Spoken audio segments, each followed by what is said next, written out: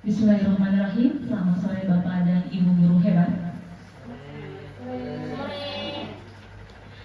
Alhamdulillahirrahmanirrahim. Wa bihi nasta'in wa ala amrihi wajib. Wassalatu wassalamu ala asrofil anbiya'i wal mursalin wa ala alihi washabihi ajmain. Amma ba'du. Yang terhormat Bapak Kepala Sekolah Bapak Haji Ahmad Hirudin MPD, yang kita doakan semoga Bapak dalam keadaan sehat walafiat, diberikan keberkahan dan dimudahkan segala sesuatunya. Amin ya rabbal alamin. Yang saya hormati rekan saya, calon guru penggerak Ibu Erna Rianti SPD. Beri tepuk tangan untuk Bu Erna. Yang insya Allah hari ini akan membawakan materi tentang diseminasi pemahaman dan pengalaman budaya positif. Yang saya hormati Bapak dan Ibu Dewan Guru SMP Negeri 4 1 Pamarayan. Puji dan syukur kepada Allah Subhanahu wa Ta'ala yang mana pada kesempatan hari ini kita masih bisa berkumpul dalam rangka diseminasi pemahaman dan pengalaman budaya positif dengan calon guru penggerak Ibu Erna Rianti. Salawat teriring salam tercurah limpahkan pada baginda Allah, yakni ya habibina wa sayyidina wa maulana Muhammad sallallahu alaihi wasallam, kepada para keluarga, para sahabat serta kita selaku umatnya hingga akhir zaman. Amin ya rabbal alamin. Baiklah Bapak dan Ibu Dewan Guru, izinkan saya sebagai moderator pada hari ini untuk memberikan atau untuk membacakan susunan pada hari ini. Yang pertama adalah pembukaan, yang kedua informasi kedinasan sekaligus membuka acara diseminasi ini oleh kepala sekolah, dan yang ketiga adalah materi dari calon guru penggerak, dan yang terakhir adalah penutup. Baiklah, untuk mengawali acara pada hari ini, marilah kita bersama-sama membuka acara hari ini dengan membacakan lafaz basmalah. Untuk acara selanjutnya, yaitu informasi kedinasan dari Bapak Kepala Sekolah sekaligus membuka diseminasi pemahaman dan pengalaman budaya positif oleh Bapak Kepala Sekolah, kami persilakan. Bismillahirrahmanirrahim. Assalamualaikum warahmatullahi wabarakatuh. Hamdan wa syukranillah, salatan wa salaman daiman ala rasulillah wa ala alihi wa ashabihi wa mawalah, amma ba'du.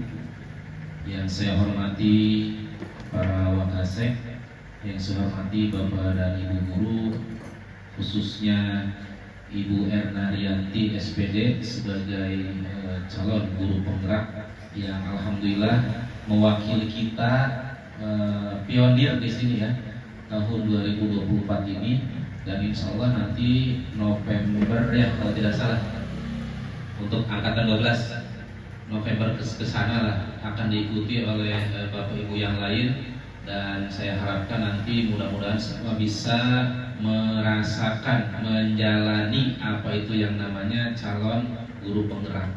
Ini baru calon, mudah-mudahan nanti bisa jadi GP, lulus gitu ya. Kalau sudah jadi guru penggerak harus banyak gerak, ulah cicing gitu, gerak gitu, ulang cacing kepanasan atau gitu. Tengah cicing maksudnya.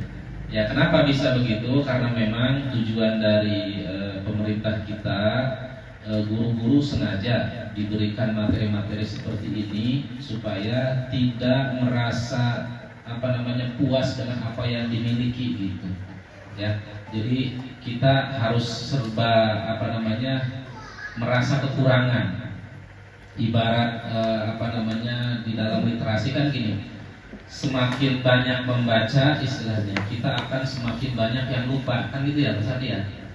Tidak membaca, tidak ada yang lupa gitu. Nah, kalau dipikir-pikir kan maksudnya apa gitu ya. Ternyata semakin banyak kita belajar itu, semakin kita merasa menjadi orang yang bodoh sebetulnya.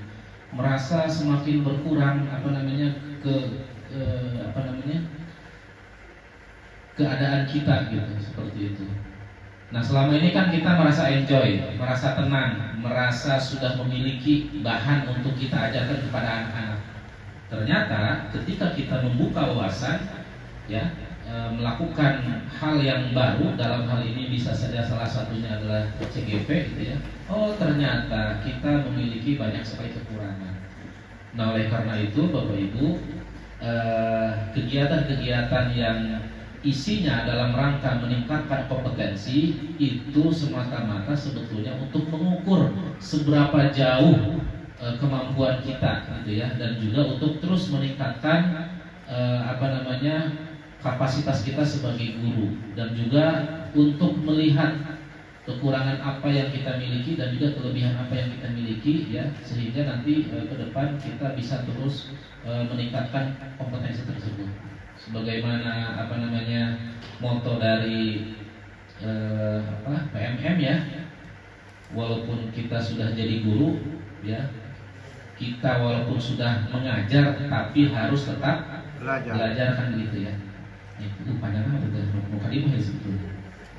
Salawat serta salam semoga senantiasa tercurahkan kepada junjungan kita Habibina wa syafi'ina wa maulana Muhammad sallallahu alaihi wasallam, salah satu tokoh panutan, ya, satu-satunya tokoh panutan kita yang wajib kita ikuti, ya, ajarannya, gitu ya, terutama dalam dunia pendidikan, karena baginda kita merupakan salah satu pencetus bahkan pionir dalam hal dunia pendidikan. Bagaimana beliau bisa memajukan kaumnya, ya, dari kaum jahiliyah menjadi kaum yang betul-betul bisa menemukan keimanan yang sejati melalui pendidikan, ya. Salah satu wahyu yang diturunkan pertama kali adalah surat Al-Alaq, dengan kata-kata Iqra. Mau tidak mau, kalau kita pahami bersama, Iqra di situ bukan cuma untuk membaca sebetulnya, artinya belajarlah belajar. Dan akhirnya kata-kata Iqra itu sendiri itu dijelaskan kembali di surah istilahnya oleh para alim ulama kita, ya. Maka muncullah ulama-ulama besar di seantero jagat ini, ya, yang meminta kita supaya tetap untuk belajar, ya, sehingga bisa memunculkan bahwa menuntut ilmu itu wajib hukumnya bagi kita, ya. Nah, kita kan merasa sebetulnya kalau sudah kuliah S1 lulus, kemudian punya ijazah, gitu kan, oh saya jurusan matematika nih, lulus, ya.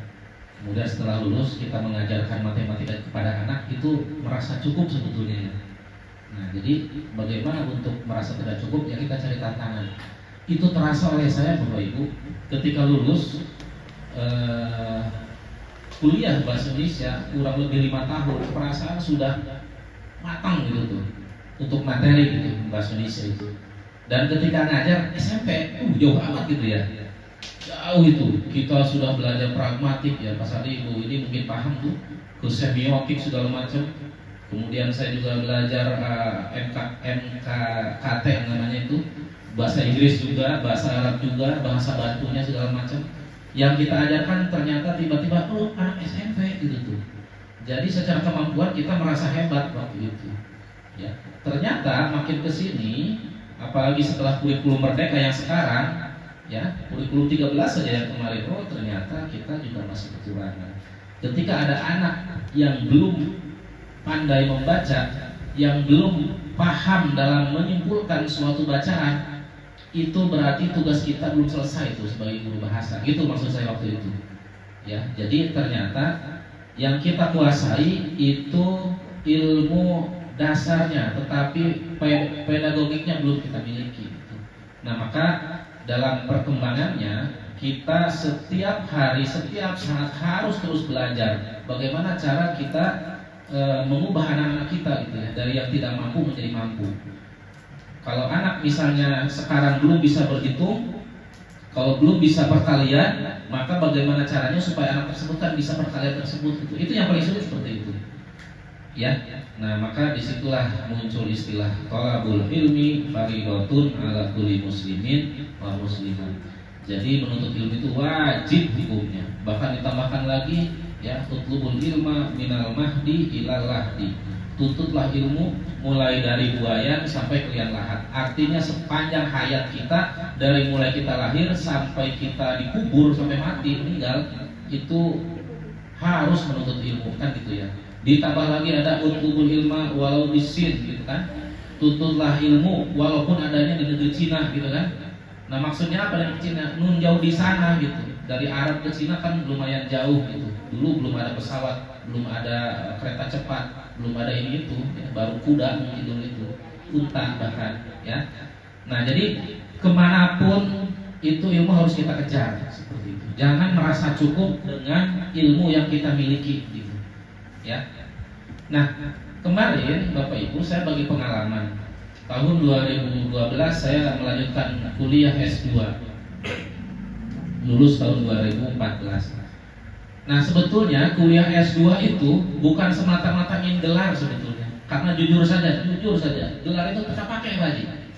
Benar tak? Di penggajian jadi pakai itu. Ya, nah nanti. Tapi bukan berarti jangan sampai kuliah, jangan, bukan itu maksudnya ya.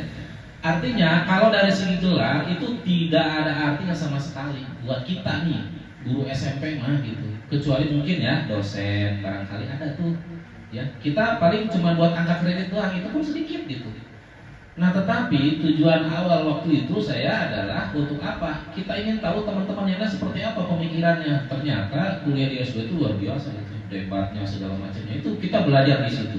Nah, artinya bukan semata-mata ingin selembar kertas berupa ijazah itu, bukan.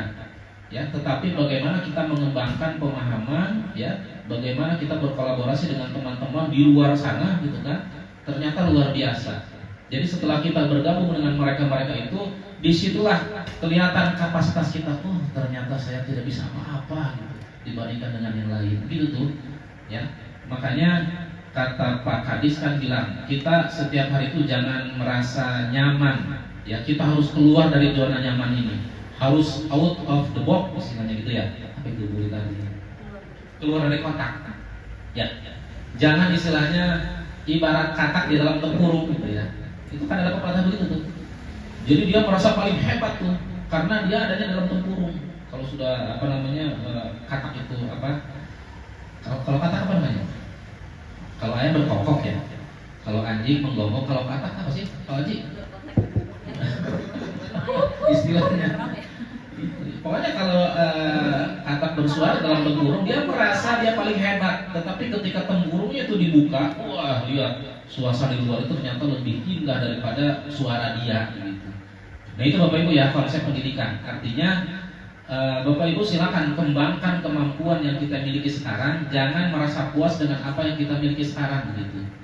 Pendidikan itu universal, tidak harus formal, non formal pun bisa. Makanya ketika ada kesempatan, baik itu di PMM misalnya ada webinar di situ, ada pelatihan mandiri di situ, ya kalau misalnya kita punya waktu dan kesempatan, maka silakan diikuti gitu. Itu untuk menambah wawasan kita. Atau punya teman yang memang memiliki kapasitas lebih, di sini misalnya ada Pak Hadiana segala macam, manfaatkan ya untuk belajar seperti itu. Karena belajar itu tidak mudah dan tidak murah sebetulnya, ya. Maka selagi ada waktu dan kesempatan silakan dimanfaatkan. Ya. Nah, salah satu yang harus ditempuh ya untuk menjadi guru penggerak ya ini program namanya CGP, calon guru penggerak. Disebut mudah tidak juga ya Bu Erna. Disebut tidak mudah ya mudah juga kalau kita jalani ternyata gitu. Jadi tergantung niat kita sebetulnya. Kalau kita niatnya kuat, kencang, insya Allah bisa. Tidak ada yang tidak bisa kita bereskan sebetulnya. Tapi kalau dari awal sudah, aduh sekalian lah, itu kan malas nih banyak tugas. Kalau sudah diawali dengan sifat mengeluh seperti itu, mau jadi. Jadi kita lalui saja, ya. Makanya ke depan nih Bu di pasar di Bu Ehad ya dan yang lainnya, ya termasuk yang ASN sama, ikuti saja alurnya nggak apa-apa. Kalau kuat, bagus alhamdulillah. Kalaupun tidak kuat, ya berarti kekuatan kita cuma sampai situ. Kita kan bisa mengukur nanti kemampuan kita sampai mana, gitu. Ya, saya yakin Bu Erna juga ini agak merasa kaget karena sebelumnya tidak merasakan, tidak mengira seperti ini, betul ya? Tetapi karena kagok asom, kata orang sini mah ya, sudah kadon kejebur, mau tidak mau ya harus bisa berenang kan gitu. Dan itulah indahnya di situ. Ya, indahnya di situ sebetulnya. Saya masih ingat nih anak-anak muda dulu. Kita kan pernah muda lah ya. Di sekolah berenang. Bagi laki-laki, nih, tanya Pak Sadi kalau tidak percaya. Pak Sadi, pernah buka kabau kan bela ya? Langsung. Ini mah saya cerita saya nih, nggak tahu sama nggak dengan Pak Sadi kira-kira nih ya. Laki-laki dulu ketika di SMA kan kita senang sama perempuan gitu. Ih, ini cantik amat gitu ya. Menurut kita gitu ya. Kalau menurut orang lain kan cantik relatif ya. Cantik relatif lah, tapi kalau jelek kan mutlak katanya. Artinya menarik buat kita, mau tidak mau kan sebagai anak muda SMA gitu kan tertarik, pasti kita ingin sesuatu dengan lawan jenis kita lah begitu. Kita menyatakan ini segala macam. Yang jelas kan kita berusaha untuk mengejar supaya cintanya tidak bertepuk sebelah tangan kan gitu tuh ya. Kalau menaya memang benar gampang nih, banyak sarana. Kalau dulu kan nggak ada Pak Oji. Menaya nomor berapa? Surat cinta. Surat cinta. Itu banyak di toko buku tuh Harvest kan ya, Pak Haji benar ya? Iya ngalaman Pak. Ngalaman. Sekarang udah nggak ada tuh, anak kecil tidak ada yang tahu sekarang mah. Cari kan yang wanginya beda-beda tuh, ada wangi lotus, ada wangi semacam-macam lah gitu. Nah itu. Termasuk belajar bagaimana cara melipatnya kan begitu ya. Itu zaman dulu, sekarang mah semuanya roh ini mah gitu. Artinya perjuangan kita dari awal karena punya keinginan itu kan luar biasa. Justru proses itulah yang nikmat sebetulnya. Wah kita luar biasa. Ternyata tiba-tiba suatu saat ketika dia sudah menyatakan iya, oke gitu kan, jadian mencet baru pakai nama. Nggak pulang saya tuh ini. Kok cuma begini doang ya? Jadi tidak indah sebetulnya. Makanya udahlah gitu. Dan ketika diputuskan, orang-orang sekarang rata-rata wah gitu. Putus cinta itu kan sampai bunuh diri, wah kata saya mah itu. Tidak, iya sangat begitulah. Saya mah dulu termasuk yang senang kalau putus cinta itu. Kenapa? Hanya gitu. Tapi dulu ya, waduh menaik dari bahaya di sana. Gitu. Ya waktunya masih SMP gitu kan, SMA gitu. Walaupun memang kita di pesantren atau apa, tapi tetap yang begitu kan namanya orang-orang kan bisa. Cuma ya kita harus menjaga adat juga. Ya seperti itu. Normal Pak. Ya Bapak Ibu ya, saya yakin semua punya jalan cerita masing-masing. Cuma kita yakinlah mungkin dalam proses mengejar cinta itulah yang paling indah gitu menurut saya gitu. Benar tuh Pak? Betul, 100 tepuk tangan buat kepala kita. Ya. Nah ini pun sama, ketika kita punya keinginan, punya keinginan untuk sampai ke garis finish, prosesnya itulah yang harus kita nikmati gitu. Ya. Saya masih ingat juga pepatah Sunda, si Kabayan. Si Kabayan kan prinsipnya gini, kalau dia naik gunung itu kan biasanya kita sedih, males gitu kan. Tapi si Kabayan itu terbalik dia. Justru kalau dia nanya tertawa, senang dia. Ketika ditanya, Kabayan, kenapa senang kalau naik? Saya senang kalau naik gunung. Kenapa? Karena akan menemukan turunan. Gitu. Dia bilang gitu. Artinya seberat apapun medan harus tetap kita jalani gitu. Karena suatu saat insya Allah akan indah pada waktunya. Kan begitu katanya. Ya. Nah jadi kepada Bu Erna ya semangat terus ya. Dan saya yakin ini sudah menemukan tuh budaya positif gitu ya, dan pengalamannya akan nanti dibagi ke Bapak Ibu. Budaya positif itu ternyata seperti apa? Ya saya yakin baru menemukan gitu. Dan awalnya kan mau saya jelaskan satu-satu sebetulnya berdasarkan pengalaman. Cuma itu pasti tidak akan dipahami oleh Bapak Ibu. Kalau sudah mengalami sendiri seperti Bu Erna, insya Allah bisa gitu. Saya yakin itu ya, karena pengalaman adalah guru yang terbaik ya. Jadi sekarang itu kalau pendidikan secara verbal saja susah. Saya jelaskan A, B, C, D itu semua ngerti. Tapi ketika kita terjun ke lapangan, paham betul apa yang nanti kita temukan di lapangan seperti itu. Itu Bapak Ibu ya. Nah, jadi semangat terus Bu Edna dan juga menjadi motivasi untuk yang lain ya, untuk Bu Lita, Bu Ehat dan kawan-kawan yang lain. Mudah-mudahan nanti ke depan bisa mengikuti atau melanjutkan nih jejak dari Bu Edna sehingga di sekolah kita melahirkan guru penggerak yang jumlahnya banyak lah seperti itu. Dan saya yakin Bapak Ibu bisa berkompetisi dengan yang lain. Ya, jangan khawatir, kita semua sama dengan yang lain. Jangan merasa kita di sini sekolah narik rubuh tuh. luhur. Nah, nggak masalah, itu bukan halangan, itu tetap kita terus bekerja gitu ya, kita terus berjuang untuk mewujudkan cita-cita kita bersama ya. Karena selain untuk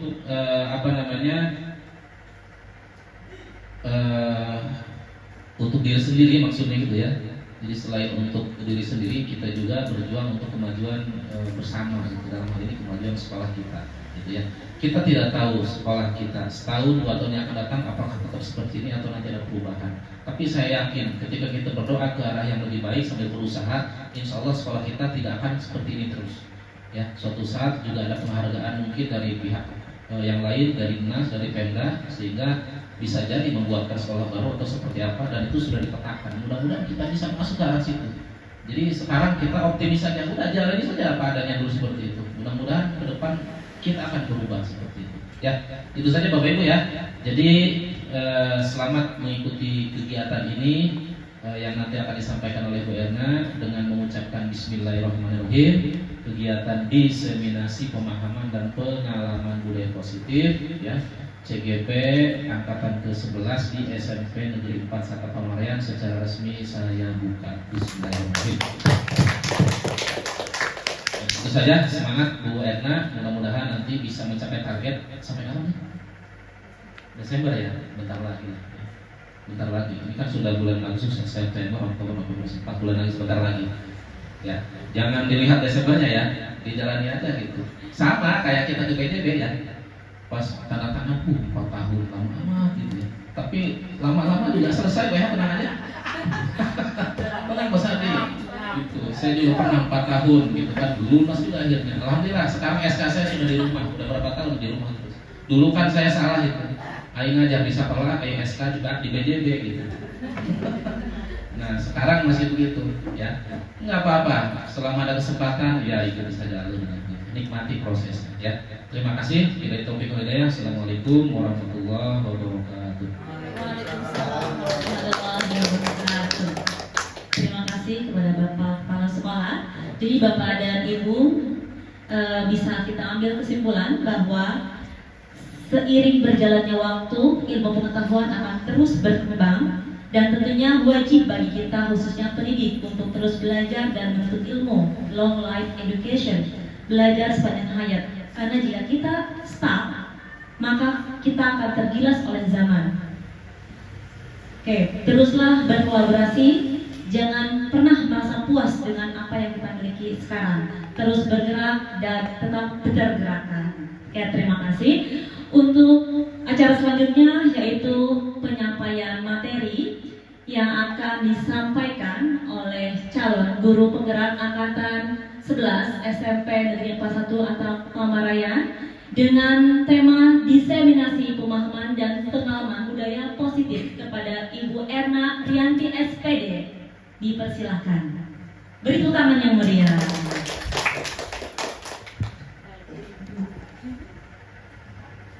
Bismillahirrahmanirrahim. Assalamualaikum warahmatullahi wabarakatuh. Saya ucapkan terima kasih banyak kepada Ibu Rita selaku pembawa acara kita pada sore hari ini. Tidak apa-apa.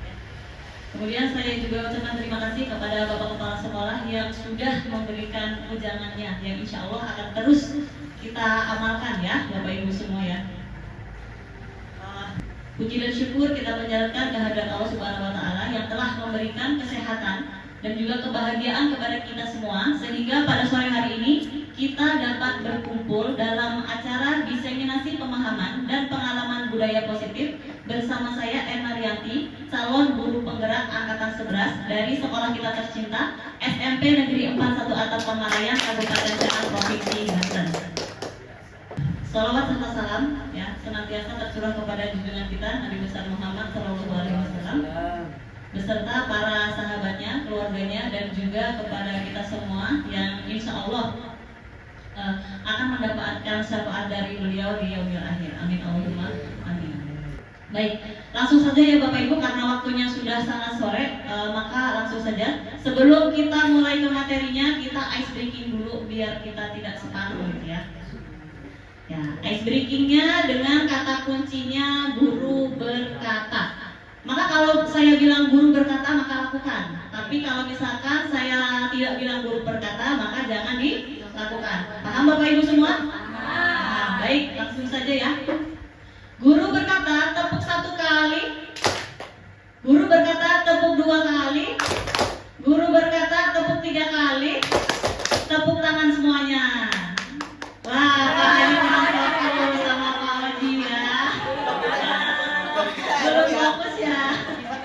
Rasanya sudah bagus semuanya. Satu kali lagi ya. Guru berkata tepuk 2 kali. Guru berkata tepuk pramuka 1 kali. Guru berkata tepuk tangan. Tepuk tangan gimana? Iya, terima kasih untuk semuanya ya. Langsung saja Bapak Ibu semua. Nah, di sini ada pertanyaan pemantik, ada 3 pertanyaan ya. Yang pertama, pertanyaan pemantiknya, hukuman dapat mendisiplinkan anak. Kira-kira Bapak Ibu guru setuju atau tidak dengan kalimat ini? Setuju atau tidak? Setuju. Setuju atau tidak? Setuju. Ada yang tidak setuju? Saya ingin mendengarkan yang setuju dulu. Saya minta siapa ya? Mungkin ke Ibu Rita? Atau ke yang lain? Bu Ehat ya. Hukuman dapat mendisiplinkan anak. Kenapa setujunya? Alasannya apa?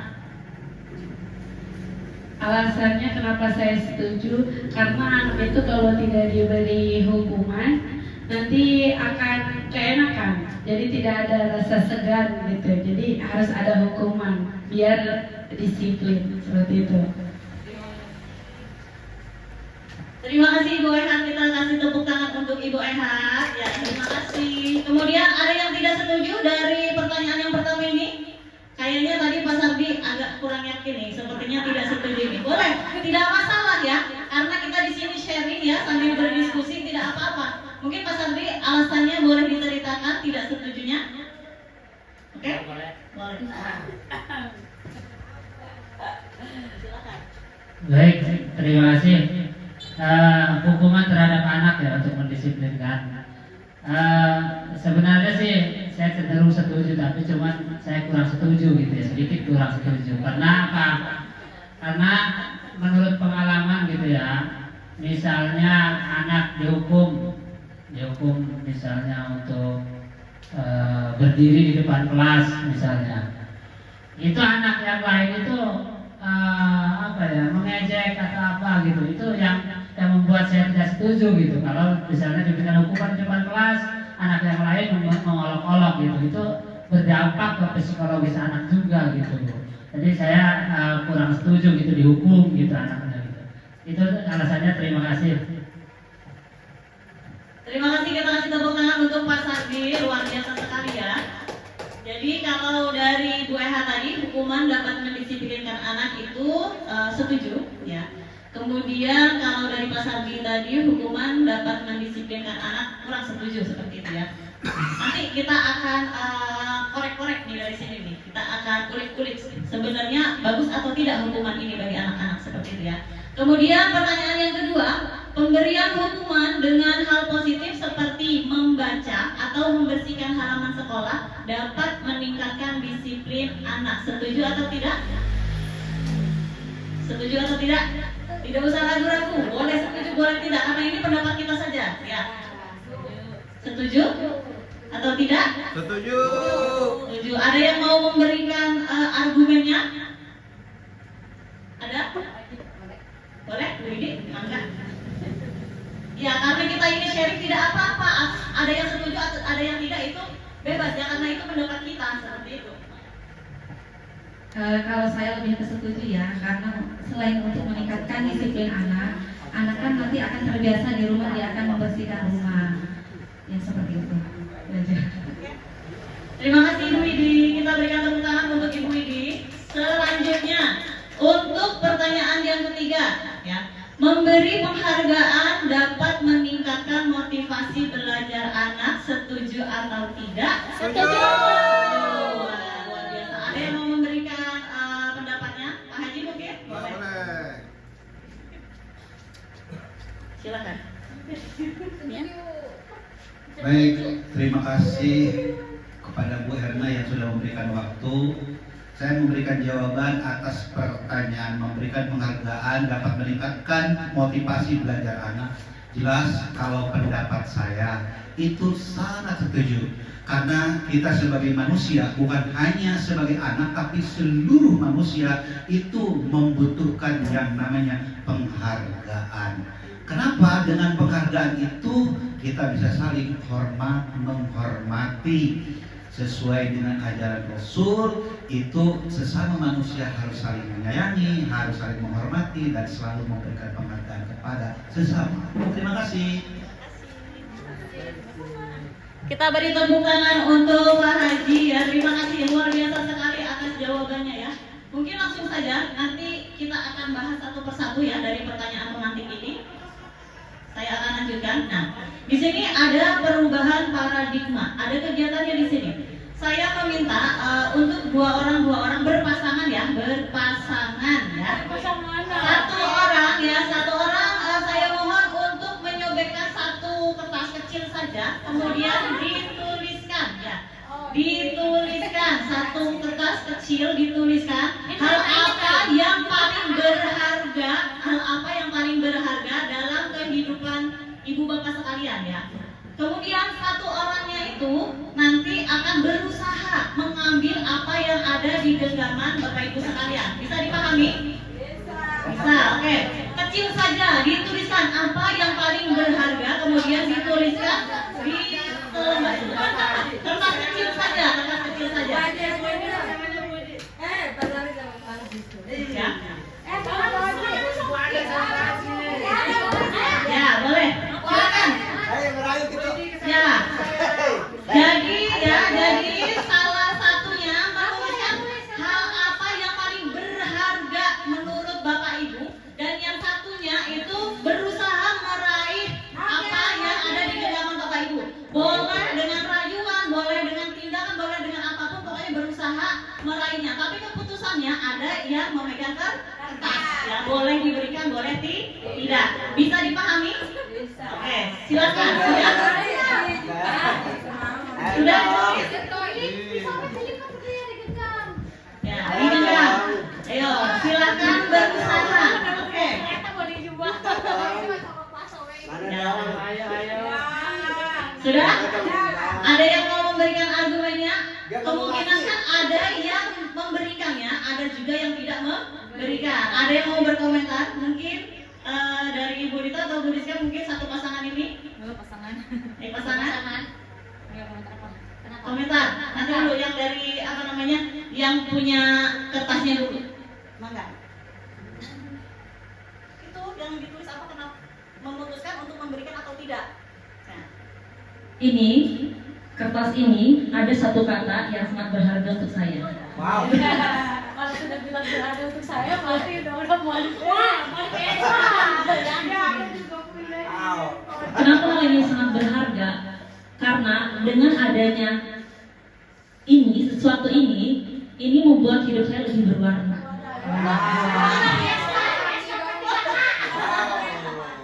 Jika ada Bapak si Boy, Bang. Ya, harta yang paling keluarga untuk saya ini ya, harta yang paling berharga. Iya, ada orang dia. Hah? Ya. Silakan Pak. Kenapa Bu Rizka ingin mengambil dari saya? Tapi saya tidak mau kasih. Kasihnya dirayu Bu Rizka, dirayu supaya ini bisa dikasih. Coba. Dirayu dulu. Kasihlah Bu Lita. Bu Lita. Segala upaya. Saya udah berklik Bu Lita di. Lita. Kasihlah Bu Lita. Resep itu nanti mudah-mudahan bisa membuat saya juga sama seperti Bu Lita, bahagia gitu kan, sukses gitu ya.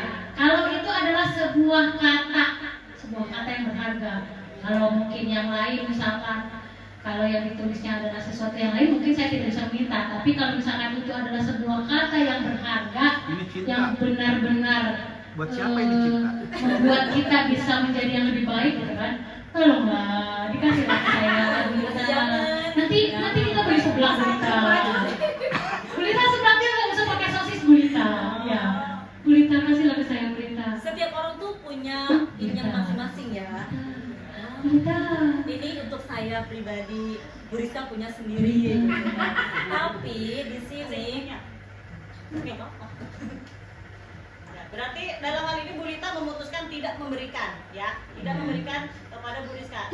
Mohon untuk dijelaskan benda apa yang paling berharga, kemudian alasannya apa? Alasannya apa tidak memberikan? Silahkan dijelaskan. Bu Harta Lita. karun, warisan. SKP 3K. Tidak sih. Kenapa ini sangat berharga untuk saya? Karena tanpa ini mungkin hidup saya tidak ada artinya. Ini sebagai motivasi dalam hidup ya. Kita hidup kan untuk ini gitu kan. Apa sih? Bagi saya, bagi saya hal yang terindah dan hal yang paling saya ingin selalu saya genggam, ingin selalu saya bahagiakan adalah keluarga. Nah, karena kita di sini juga sama keluarga besar SMP Negeri 4 Satu Atap Palmaraya. Ya, kita di sini jadi big family ya. Keluarga di sini dalam artian tidak hanya keluarga saya tapi keluarga kita juga di sini seperti itu. Ini adalah sebagai motivasi kenapa kita berada di sini. Karena kita satu keluarga. Kita sahabat rasa keluarga seperti itu ya. Oke, terima kasih.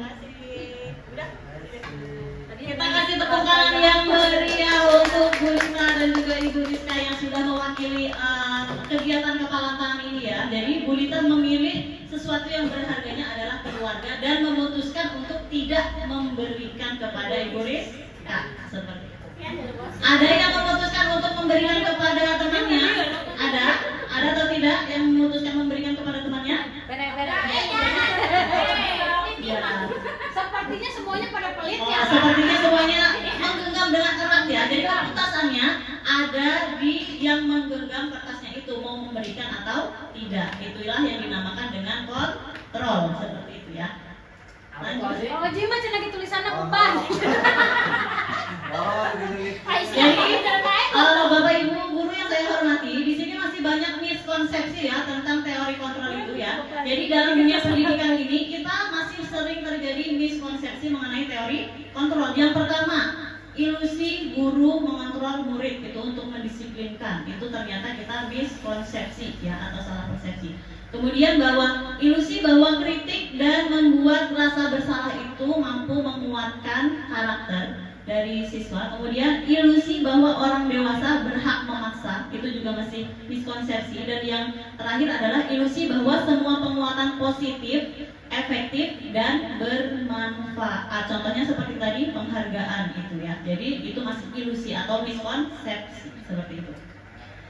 Lanjutkan. Jadi perubahan paradigma itu ya dari stimulus respon menjadi teori kontrol ya. Dari stimulus respon. Jadi kita mencoba mengubah orang agar berpandangan sama dengan kita. Itu kalau stimulus respon. Tapi kalau untuk teori kontrol itu kita berusaha memahami pandangan orang lain tentang dunia. Contohnya tadi seperti Bu Rizka dengan Bu Lita ya. Jadi Bu Rizka itu tidak memaksa Bu Lita untuk memberikan apa yang ada di genggamannya, tapi Bu Rizka memahami apa yang menjadi keputusan dari Bu Lita seperti itu.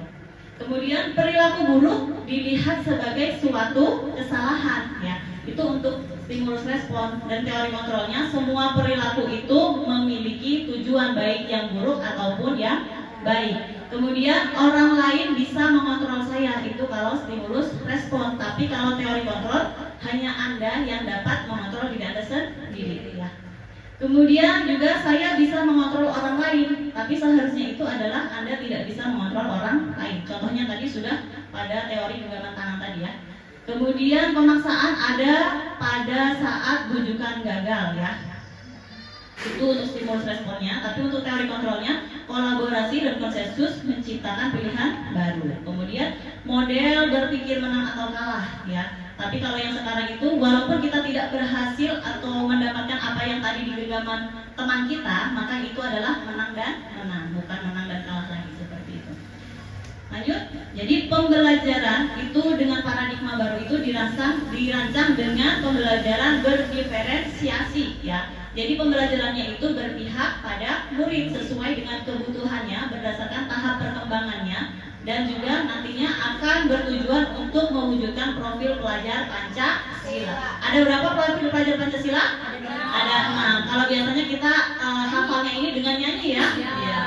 Jadi belajar Pancasila, beriman dan bertakwa pada Tuhan yang Esa, dan berakhlak mulia, berkebinekaan global, gotong royong mandiri, kreatif dan bernalar kritis. Iya, tepuk tangan buat semuanya. Ya, ternyata sudah hafal semuanya ya. Jadi kalau misalkan pelajar Pancasila itu atau profil pelajar Pancasila, kita akan sulit mengucapkan kalau kita tidak bernyanyi seperti itu ya. Jadi lebih mudah menghafalkannya ketika bernyanyi.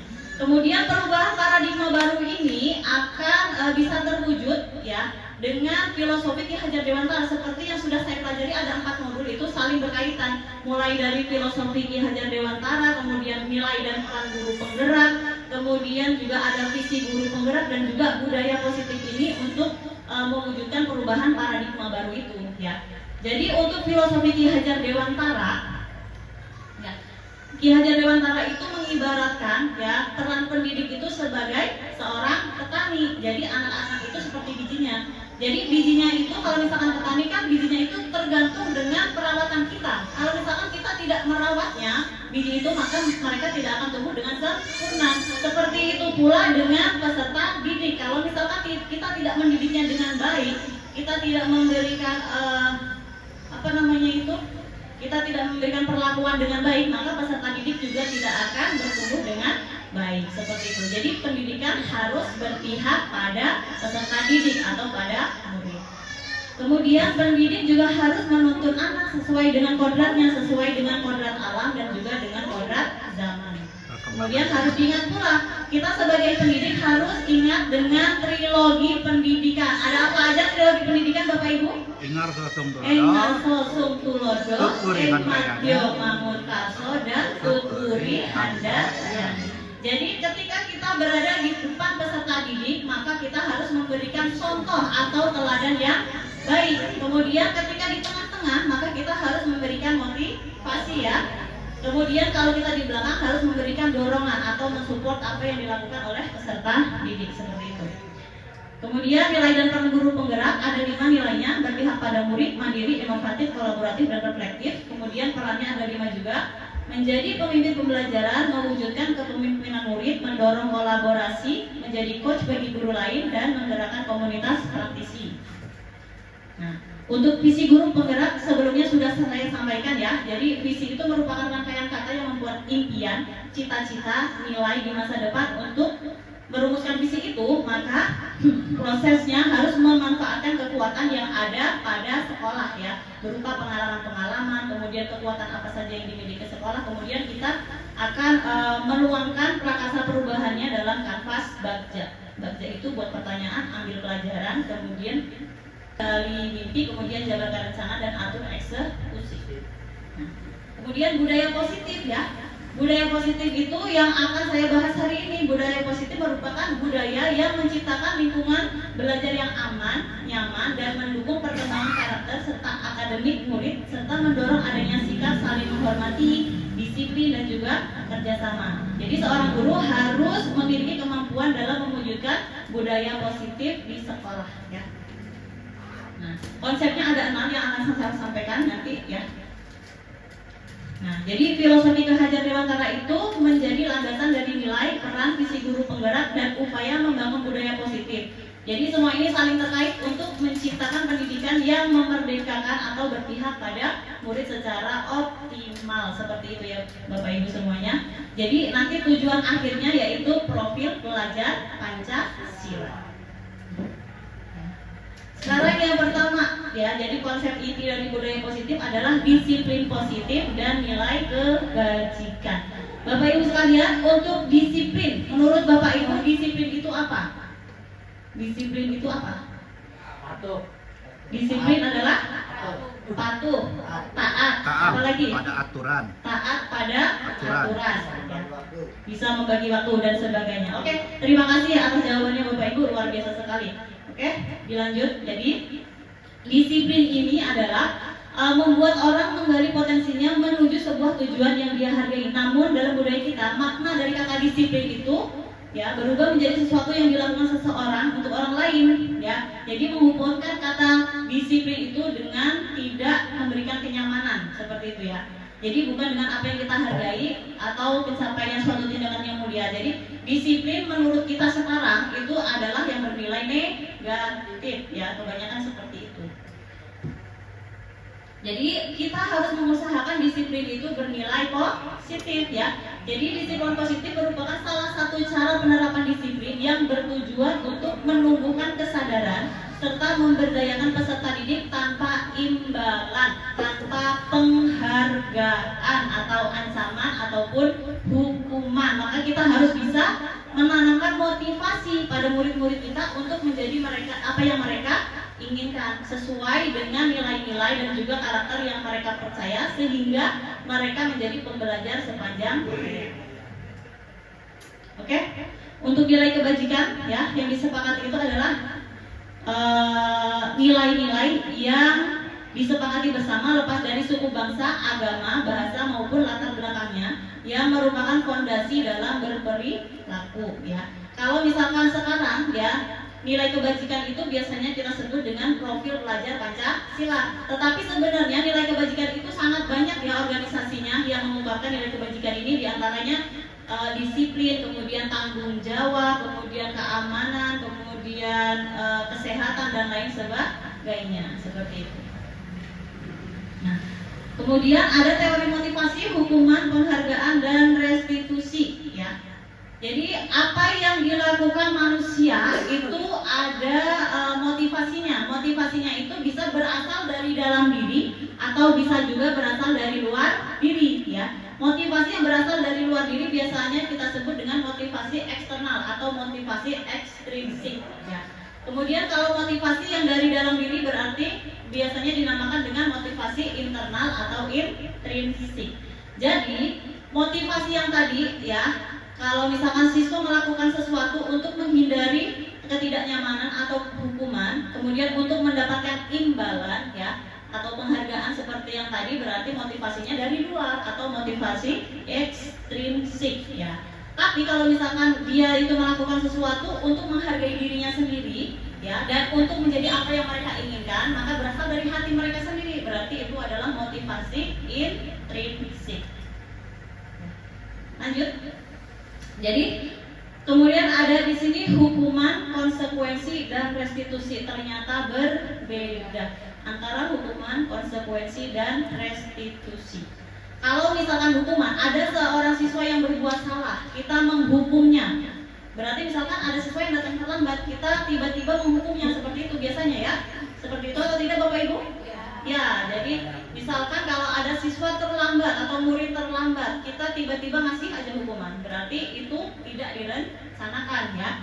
Kemudian murid juga tidak tahu apa-apa kalau dia akan dihukum, ya. Kemudian bersifat satu arah, kita tiba-tiba ngasih aja hukuman ke murid, ya. Murid tidak tahu apa-apa. Kemudian hukuman itu biasanya berupa fisik atau psikis, biasanya disuruh keliling lapangan, kemudian membersihkan sampah, membersihkan WC dan lain sebagainya. Kemudian kalau konsekuensi itu terencana, misalkan ya dalam pelajaran matematika, misalkan hukumannya menghafal perkalian, itu konsekuensi, tapi bukan hukuman, seperti itu. Kemudian murid tetap diperlakukan tidak nyaman kalau untuk konsekuensi. Kemudian gurunya selalu memonitor murid. Ya. Kalau untuk restitusi ini, jadi prosesnya menciptakan kondisi bagi murid untuk memperbaiki kesalahan. Jadi kita menanyakan dulu apa yang menjadi penyebab dari muridnya ini melakukan kesalahan tersebut. Jadi tidak semena-mena langsung menghukum seperti itu, ya. Jadi prosesnya bisa kolaboratif antara murid dengan gurunya, ya. Jadi mengajarkan murid untuk mencari solusi dari permasalahan yang telah dilakukan. Nah, kemudian di sini ada dua kasus, ya. Yang pertama, ya kasusnya sama, ya. Lari mengelilingi lapangan basket 2 kali karena terlambat hadir di sekolah. Di sini namanya adalah hukuman. Kemudian lari mengelilingi lapangan basket 2 kali karena terlambat 10 menit untuk pelajaran PJOK, namanya konsekuensi. Dengan sama-sama lari ini, kenapa yang satunya hukuman, yang satunya konsekuensi? Mengapa berbeda? Ada yang memberikan tanggapan? Ayo. yang memberikan tanggapan? Bu Rizka mungkin?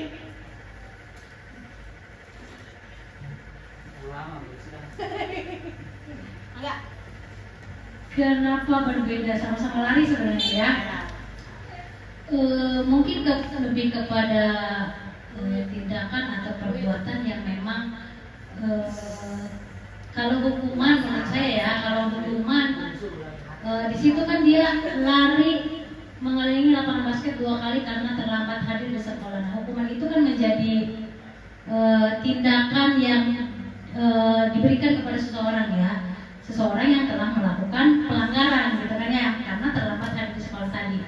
Kalau untuk konsekuensi sendiri itu adalah tindakan yang memang diberikan karena sudah ada kesepakatan sebelumnya tadi seperti yang kata Bu Anna sampaikan ya, karena di situ kan ada ketika pelajaran PJOK ya kan, yang terlambat misalkan berarti harus lari keliling lapangan basket 2 kali. Nah jadi ada perbedaannya itu tadi, kalau hukuman secara tiba-tiba gitu kan ya, secara tiba-tiba diberikannya. Kalau konsekuensi memang sudah ada kesepakatan sebelumnya dan itu sama-sama diberikan bagi siswa atau peserta didik yang memang melakukan pelanggaran atau perbuatan yang salah. Itu menurut saya Pak Ibu. Terima kasih.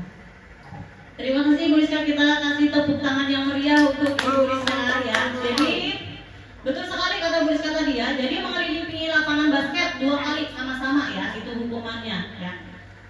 Karena yang satunya terlambat hadir di sekolah. Kenapa yang satunya hukuman? Ya karena ini tiba-tiba ya, ini tiba-tiba diberi hukuman lari mengelilingi lapangan basket 2 kali. Kali ini tiba-tiba. Tetapi kalau yang kedua, ini lari mengelilingi lapangan. Ada hubungannya antara lari ini dengan PJOK. Jadi sudah sesuai ya, karena ini sudah peraturan yang misalkan di PJOK-nya nanti kalau misalkan terlambat harus mengelilingi lapangan seperti itu. Jadi ini berkaitan ya. Jadi antara hukuman dan konsekuensi itu berbeda. Nah, jadi untuk penghargaan tadi ya, penghargaan tadi yang menurut Bapak Ibu penghargaan itu ternyata katanya memberikan motivasi bagi peserta didik. Ternyata ya, setelah saya mempelajari di guru penggerak ini, jadi penghargaan itu memang memberikan motivasi kepada peserta didik, akan tetapi dia tidak bisa digunakan untuk memberikan motivasi jangka panjang ya. Dia jadi untuk penghargaan ini bisanya hanya jangka pendek. Jadi peserta didik karena dia tidak melakukan sesuatu bukan dari hatinya dan juga dia melakukan sesuatu hanya untuk mendapatkan penghargaan ya. Jadi itu tidak bisa menjadi tolak ukur jangka panjangnya untuk motivasi ini dari penghargaannya. Kemudian penghargaan juga bersifatnya menghukum seperti tadi tuh. Kalau misalkan siswa itu tidak melakukan sesuatu dari hatinya, maka itu malah akan hukum siswa, menjadikan siswa tidak mandiri ya. Jadi tergerak hatinya hanya untuk mendapatkan hadiah atau penghargaan saja seperti itu. Kemudian juga mengurangi ketepatan ya. Jadi misalkan ada lomba matematika, nanti yang pertama selesai itu nanti mendapatkan hadiah ya. Maka para siswa ini kan akan cepat-cepat gitu ya. Jadi nanti mereka tidak akan tepat untuk mengerjakan sesuatunya. Kemudian ini juga kurang efektif dan juga bisa merusak hubungan antara siswa yang lain. Jadi siswa yang mendapatkan hadiah maka mereka akan senang. Cuman yang tidak mendapatkan hadiah maka bisa terjadi kecemburuan sosial seperti itu. Dan juga bisa menurunkan kualitas, mematikan kreativitas dan juga mengurangi motivasi intrinsik. Jadi untuk penghargaan bisa meningkatkan motivasi tetapi masih kurang cepat seperti itu. Kemudian restitusi ya. Restitusi adalah menciptakan kondisi bagi murid untuk memperbaiki kesalahan mereka sehingga mereka bisa kembali pada kelompok mereka dengan karakter yang lebih kuat. Dan juga restitusi ini merupakan proses kolaboratif yang mengajarkan murid untuk mencari solusi dari masalah mereka dan membantu murid berpikir tentang orang seperti apa yang mereka inginkan dan menjadi tujuan mulia seperti itu. Jadi dari hukuman, konsekuensi dan restitusi ini yang paling tepat penggunaannya adalah restitusi ya. Restitusi nanti ciri-cirinya ada 10, yaitu bukan menebus kesalahan namun untuk belajar dari kesalahan dan juga bisa memperbaiki hubungan. Kemudian restitusi ini adalah tawaran bukan paksaan ya. jadi siswa itu mencari solusinya, bukan dipaksa seperti itu. Kemudian menuntut untuk melihat ke dalam diri. Kemudian restitusi diri adalah cara yang paling baik. Kemudian fokus pada karakter bukan tindakan dan juga menguatkan. Kemudian fokus pada solusi dan mengembalikan murid yang berbuat salah kepada kelompoknya. Sekarang keyakinan kelas ya Bapak Ibu, mungkin kita semua sudah mengetahui tentang keyakinan kelas dan sudah dibuat di kelasnya masing-masing untuk para wali kelas ya. Jadi keyakinan kelas ini adalah seperangkat nilai, prinsip, dan aturan yang disepakati bersama oleh semua anggota kelas, baik guru maupun siswa untuk menciptakan lingkungan belajar yang positif, aman, dan kondusif. Nah, biasanya keyakinan kelas ini disusun melalui diskusi bersama antara guru dengan siswanya. Jadi semuanya memiliki tanggung jawab dan harus mematuhinya secara bersama, seperti itu. Nah, di sini kenapa keyakinan kelas bukan peraturan kelas? Kenapa Bapak Ibu? Ada yang mau mencoba menjawab? Kenapa kata-katanya itu keyakinan kelas dan bukan peraturan kelas? Ada yang mau mencoba menjawab? Bu Fitri?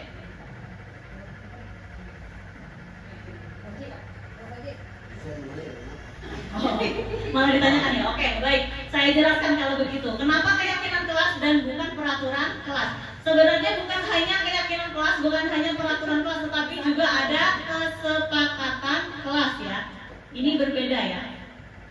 Jadi kalau untuk peraturan kelas itu kalimat ya, kalimat yang biasa kita susun dan harus dipatuhi oleh murid. Tetapi kalimatnya itu bisa saja bernilai negatif. Ada kata tidak, jangan, itu merupakan peraturan. Kemudian kalau kesepakatan kelas itu bernilainya positif. Kalau misalkan di sini dilarang mengganggu orang lain, berarti untuk kesepakatan kelasnya berarti harus menghargai orang lain gitu ya. Kemudian kalau untuk keyakinan kelas itu adalah nilai kebajikannya. Nah, bisa dipahami Bapak Ibu? Jadi kalau peraturan itu kalimat ya, misalkan peraturan ya, tidak boleh datang terlambat misalkan ya, itu peraturan. Kemudian kalau kesepakatan kelas ya, datanglah tepat waktu, itu kesepakatan. Kemudian kalau keyakinan kelas berarti disiplin. Bisa dipahami? Berbeda ya. Jadi kalau peraturan kelas dia bisa bernilai negatif, kalau kesepakatan kelasnya bernilai positif, tapi kalau keyakinan kelas itu adalah nilai kebajikan. Ya, seperti itu. Nah, di sini untuk keyakinan kelas pembentukannya ya. Keyakinan kelas ini bersifat abstrak ya, jadi tidak panjang-panjang kalimatnya seperti itu. Jadi kayak seperti tadi itu disiplin, itu kan pendek satu kata aja. Jadi sudah mencakup semuanya. Kemudian keyakinan kelas berupa pernyataan-pernyataan yang universal, kemudian dibentuk dalam kalimat yang positif dan hendaknya tidak terlalu banyak seperti itu. Kemudian nanti warga kelasnya juga berkontribusi dalam membuat keyakinan kelas ini dengan cara curah pendapat ya. Kemudian setelah sudah dibuat keyakinan kelas ini, nanti kita akan tinjau kembali setiap misalkan 1 bulan sekali atau 2 bulan sekali seperti itu. Mungkin ada yang perlu dirubah, bisa dirubah seperti itu. Oke, bismillahirrahmanirrahim. Assalamualaikum warahmatullahi wabarakatuh.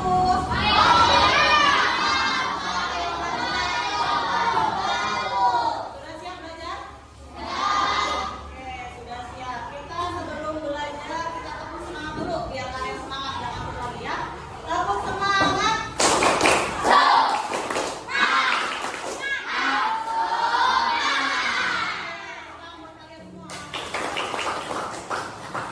Sebelum kita mulai belajar ya, kita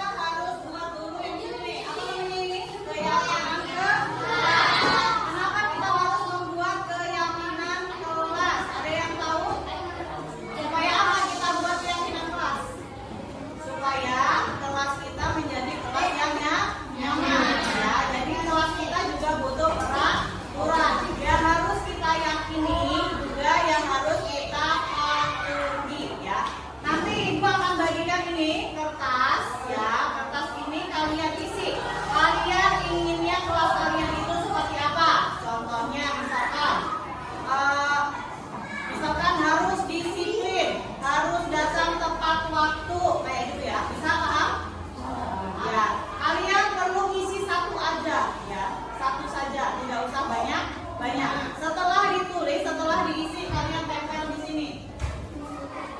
Paham? Ya, masing-masing satu. Ibu bagikan kertasnya. Ya udah.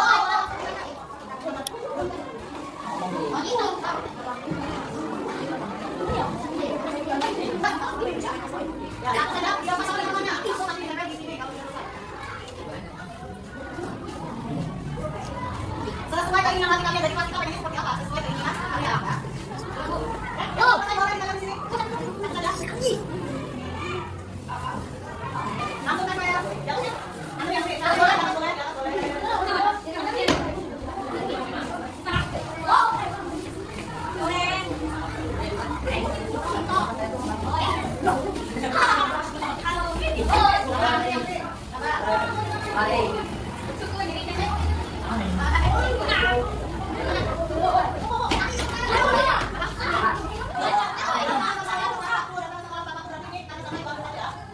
Kemudian disiplin juga sampai ambil sapu. Kemudian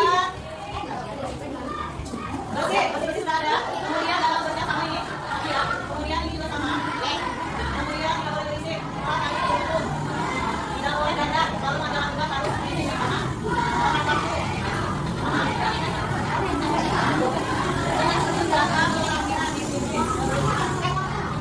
Ada beberapa yang sudah sama ya. Ada beberapa yang sama, berarti yang sudah sama ini ambil ya. Baru kita sama. Oke. Ada 10 ya, ada 10 kesepakatan ya. Kesepakatannya ada 10 yang akan kita buat menjadi sebuah keyakinan ya. Jadi kalau misalkan kalian yakin berarti kalian mentaati apa yang sudah kalian buat. Yang pertama selalu mengerjakan tugas, yang ini sudah berarti ya. Kemudian disiplin, setuju atau tidak disiplin?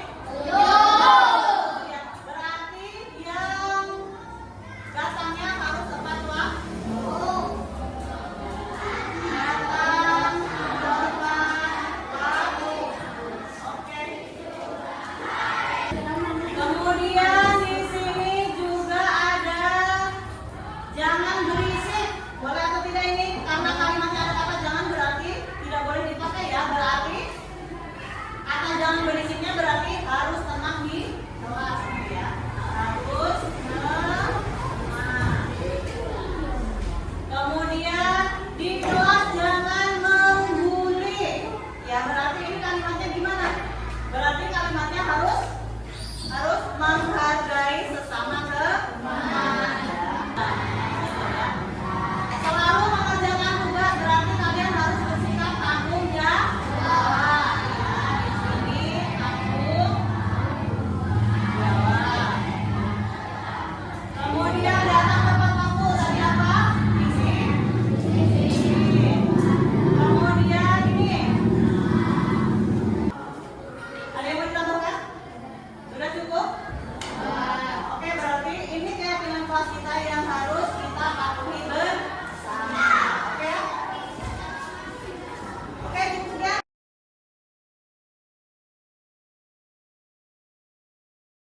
Assalamualaikum warahmatullahi wabarakatuh.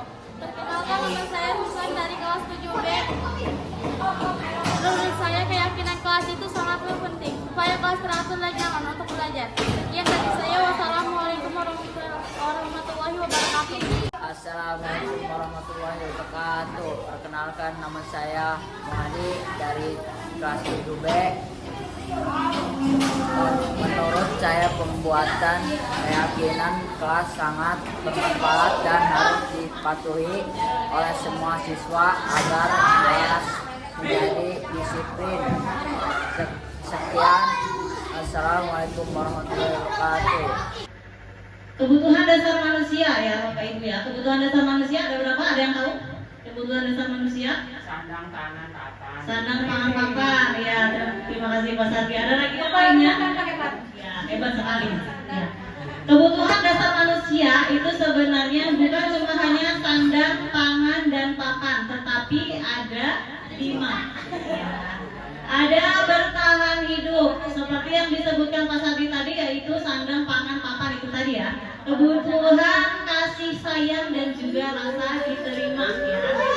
Jadi kasih sayang ini diterima oleh keluarga kita, oleh lingkungan kerja kita, oleh lingkungan kita, kemudian ingin dipedulikan, kemudian kerjasama dan juga menjadi bagian dari kelompok. Kemudian penguasaan, kita ingin diakui atas prestasi kita seperti itu ya. Kemudian keinginan kita untuk meninggalkan pengaruh di lingkungan kita. Kemudian kebebasan ya, mandiri, kemudian suka mencoba hal baru dan juga tidak terpengaruh oleh orang lain. Dan juga kesenangan. Mungkin kalau untuk kesenangan atau yang lainnya ini berbeda ya kesenangan. Misalkan saya suka bermain, suka jalan-jalan. Mungkin Bapak Ibu kesenangannya berbeda.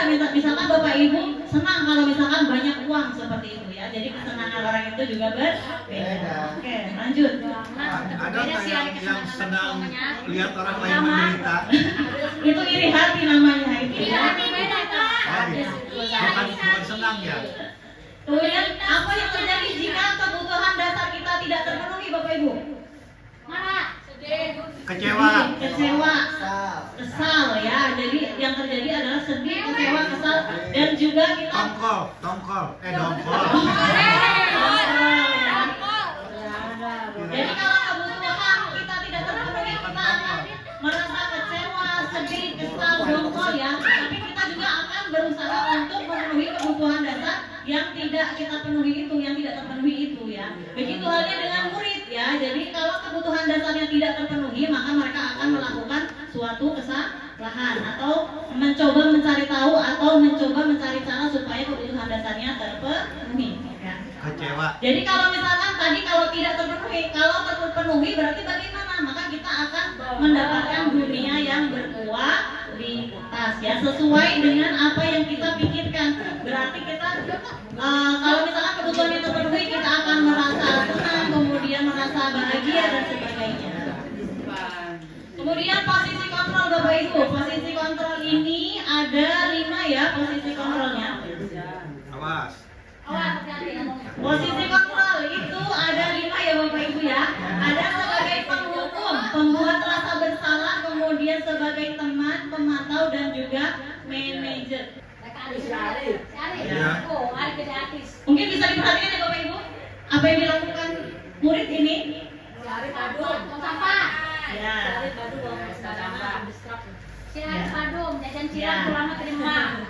Jadi murid karena tidak ada suaranya mohon maaf. Jadi murid ini atau Arif ini membuang sampah sembarangan ya. Jadi jika ada yang membuang sampah sembarangan, maka apa yang akan Bapak Ibu lakukan? Ditegur, dihukum dan lain sebagainya. Ya.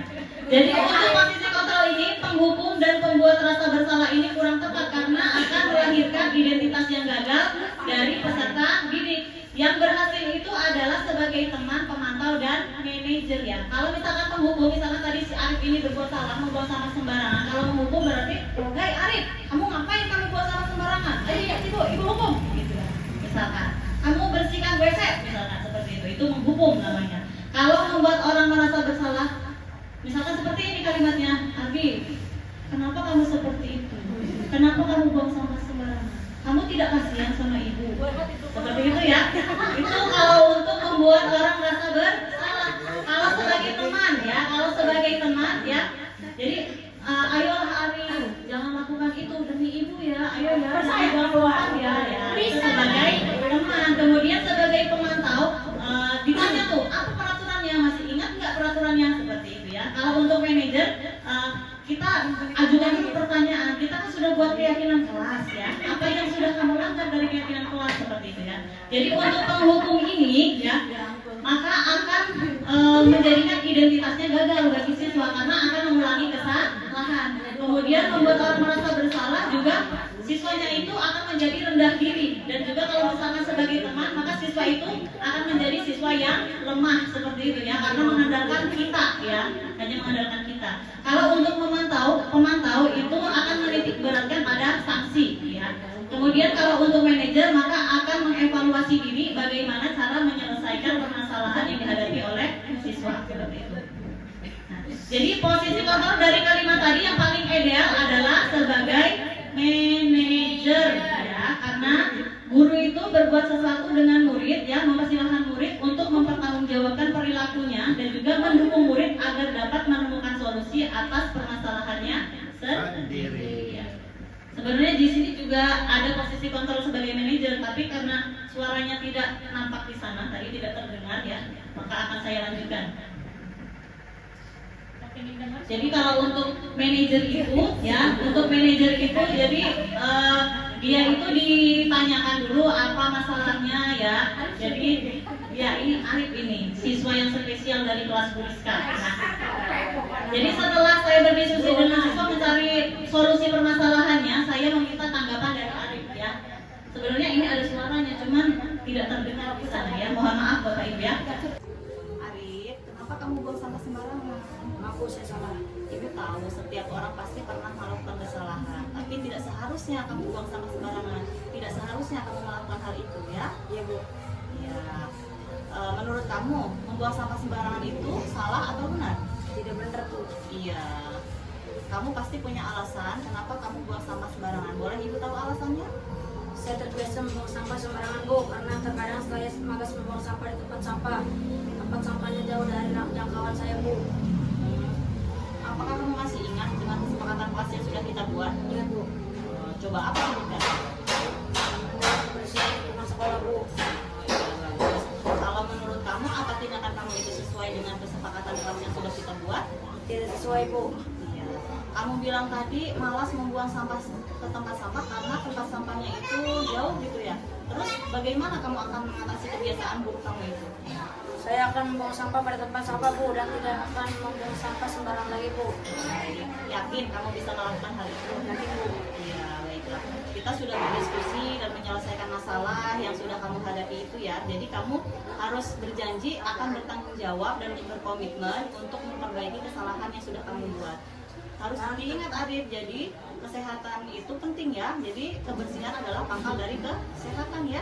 Jadi kalau kamu buang sampah sembarangan nanti akan menimbulkan sarang penyakit seperti itu ya. Baik Bu, saya akan bertanggung jawab dan menjaga komitmen untuk memperbaiki kesalahan saya Bu.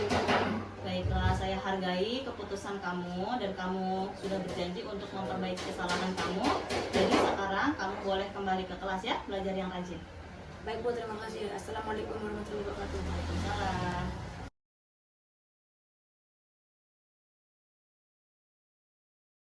Assalamualaikum warahmatullahi wabarakatuh. Perkenalkan, nama saya Arif dari kelas 9A.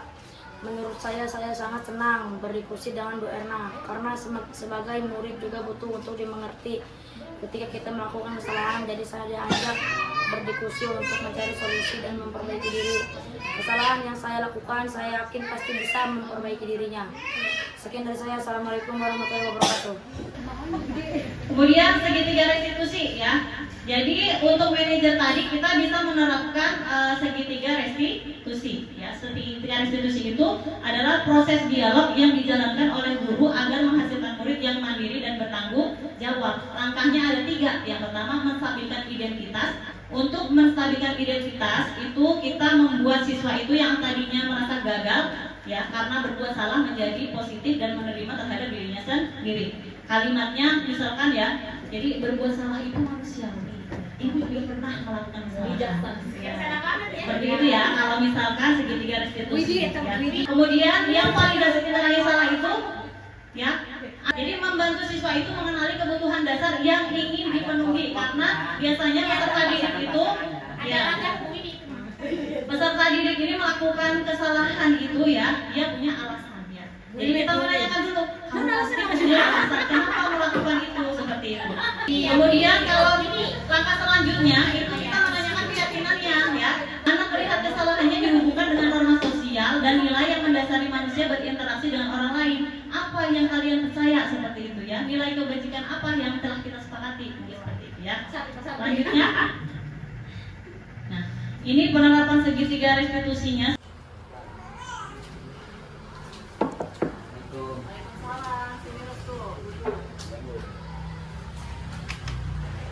Gimana kabarnya Restu? Sehat? Alhamdulillah sehat Bu. Kenapa kamu dipanggil ke sini? Kamu tahu alasannya? Tidak tahu Bu. Ya, kemarin Ibu mendapat laporan kalau kamu itu setelah jam istirahat bolos ya dari sekolah. Restu, ayo jujur saja. Iya Bu, kemarin saya bolos sekolah setelah jam istirahat. Lalu kamu pergi kemana dan apa yang kamu lakukan? Saya Pergi menonton pertandingan sepak bola di lapangan, Bu. Lalu yang kamu lakukan itu menurut kamu benar atau salah? Salah, Bu, karena saya sudah melanggar aturan dan membuat ibu jadi cemas karena saya membolos. Baik, setiap orang pasti pernah melakukan kesalahan. Coba kamu pikirkan, apa yang kamu lakukan itu bermanfaat atau tidak untuk kamu? Tidak, Bu. Baiklah, coba ceritakan kenapa kamu bolos. Apakah kamu bosan di kelas? Tidak, Bu. Kemarin ketika saya membeli minum di warung, ada tetangga saya lewat dan mengajak saya untuk menonton pertandingan sepak bola di lapangan karena kampung saya yang mandi, Bu. Maka dari itu saya membolos, Bu. Sekarang kamu sudah sadar atau belum kalau yang kamu lakukan itu salah? Sudah, Bu. Saya salah, Bu. Apakah kamu nanti ke depannya akan membolos lagi? Saya minta maaf ya, Bu. Saya janji tidak akan membolos lagi. Apakah kamu masih ingat kesepakatan kelas yang sudah kita buat? Ingat, Bu. Ya, coba apa sebutkan? Selalu datang ke sekolah tepat waktu, saling menghormati, dan tidak boleh membolos, Bu. Iya, bagus sekali. Kamu masih ingat dengan kesepakatan kelas yang sudah kita buat? Menurut kamu, tindakan yang kamu lakukan itu sesuai dengan kesepakatan kelas kita atau tidak? Tidak sesuai, Bu. Lalu apa yang akan kamu lakukan ke depannya untuk memperbaiki kesalahan itu? Saya akan selalu hadir di sekolah dan saya berjanji tidak akan membolos lagi, Bu. Ya, baik. Semoga kamu mendapatkan pelajaran dari kesalahan yang sudah kamu lakukan ya. Ya, Bu. Terima kasih. Baiklah, kalau begitu sekarang kamu boleh kembali ke kelas belajar yang rajin ya.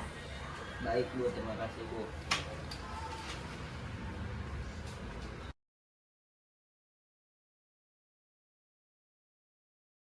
Perkenalkan, nama saya Restu dari kelas 9A. Saya sangat senang ketika diajak berdiskusi oleh Bu Erna karena sebagai murid ketika saya melakukan kesalahan, Bu Erna tidak langsung menghukum saya, tetapi saya diajak berdiskusi untuk mencari solusi dan memperbaiki kesalahan yang saya lakukan. Saya berjanji akan lebih rajin lagi dalam belajar. Sekian dari saya. Assalamualaikum warahmatullahi wabarakatuh. Oke. Kita terakhir ini kesimpulan dari apa yang telah saya sampaikan tadi. Jadi penerapan budaya positif di sekolah memang tidak mudah, maka dari itu diperlukan kolaborasi dari berbagai pihak untuk mewujudkannya. Kemudian hal yang bisa dilakukan diantaranya adalah dengan membuat keyakinan kelas ya Bapak Ibu ya, serta dengan menerapkan langkah-langkah segitiga restitusi dalam menyelesaikan permasalahan murid. Jadi kalau misalkan murid berbuat salah jangan langsung menghukumnya ya. Kita harus mencoba untuk memperbaiki diri seperti itu. Kita menggunakan langkah-langkah segitiga restitusi ya, seperti itu ya. Dan juga kita harus bisa memberikan contoh, misalkan dari awal dulu budaya positif kita bisa menerapkan 5S ya, senyum, salam, sapa, sopan, dan santun. Kita berikan contoh kepada murid-murid kita supaya tercipta budaya positif di sekolah kita tercinta. Baik, mungkin seperti itu saja Bapak Ibu yang bisa saya sampaikan. Mohon maaf karena banyak kesalahan yang sudah saya lakukan karena saya masih belajar ya Bapak Ibu. Terima kasih atas waktunya. Saya akhiri. Wassalamualaikum warahmatullahi wabarakatuh. Saya kembalikan ke Ibu Lita sebagai pembawa acara. Moderator atau kemudian baik. Besok kita harus lebih lembut dalam mengajarnya. Anak-anak besok sudah harus mengikuti gaya. Sekali lagi, beri tepuk tangan yang meriah untuk calon guru penggerak ya. Oke, terima kasih Bu Erna atas ilmunya sangat luar biasa. Nah Bapak Ibu bagaimana? Apakah Bapak Ibu khususnya wali kelas sudah membuat keyakinan kelas di kelas? Oke, luar biasa. Ya, peraturan kelas ya. Dan sekarang tuh ditulisnya keyakinan kelas. Apa sudah di print ya? Ya, bisa untuk selanjutnya nanti tahun ajaran baru. Oke. Terus apakah Bapak dan Ibu kemarin sudah menggunakan segitiga restitusi? Mudah-mudahan dengan penyampaian materi dari Bu Erna ini nanti ke depannya kita bisa menggunakan langkah-langkah segitiga restitusi. Ya Bu Win ya, jangan sampai langsung dihukum aja Bu Win ya, dipanggil langsung dihukum ya. Oke. Ya kita ikuti langkah-langkah segitiga restitusi. Baiklah Bapak dan Ibu, apakah Ini terakhir, apakah ada pertanyaan mungkin? Ada pertanyaan? Ya, Pak Sardi. Ya, silakan Pak Sardi nggak apa-apa. Ya, satu. Baik, terima kasih. Ya, terima kasih Ibu pembawa acara. Ini terkait dengan keyakinan kelas ya. Alhamdulillah di kelas kita para wali kelas sudah membuat keyakinan kelas. Nah, dengan keyakinan kelas yang terpampang di kelas itu, apakah semua guru mata pelajaran boleh memberlakukannya gitu? Artinya sama perjanjian guru bahasa Indonesia dengan wali kelasnya, apakah boleh diterapkan gitu? Bahasa Indonesia juga itu keyakinan kelasnya, matematika juga itu keyakinannya, boleh nggak seperti itu? Terima kasih. Assalamualaikum warahmatullahi wabarakatuh. Oke, beri tepuk tangan yang meriah untuk acara. Terima kasih. Silakan Bu Erna, apakah boleh membuat keyakinan kelas untuk tiap mapel ya? Terima kasih Pak Sandi atas pertanyaannya yang luar biasa ya. Jadi untuk keyakinan kelas yang sudah dibuat oleh siswa dan juga wali kelasnya masing-masing itu secara general atau universal untuk seluruhnya bisa menggunakan keyakinan kelas itu. Akan tetapi kalau misalnya setiap guru mapelnya ini ingin membuat keyakinan kelas untuk mata pelajarannya sendiri juga boleh. Ya, mungkin kan setiap guru mata pelajaran itu tidak sama. Mereka misalkan kalau seperti saya, buku tidak boleh campuran. Mungkin di pelajaran yang lain itu boleh campuran seperti itu. Jadi boleh menggunakan keyakinan kelas yang sudah ada di kelas, yang terpampang di kelas. Boleh juga misalkan membuat untuk mata pelajarannya sendiri seperti itu. Bagaimana Pak Sardi? Ya, terima kasih. Terima kasih. Ya, terima kasih ya Bu Erna. Sama seperti saya, pelajaran bahasa Inggris juga ada namanya kesepakatan kelas kalau saya. Kesepakatan kelas itu diawali kemarin di awal pelajaran baru. Oke, baik Bapak dan Ibu, apakah masih ada pertanyaan lagi atau sudah jelas? Sudah jelas ya? Karena waktu juga ya. Jelas. Belum kali. Apa lagi? Pak lagi mau ada pertanyaan lagi? Cukup.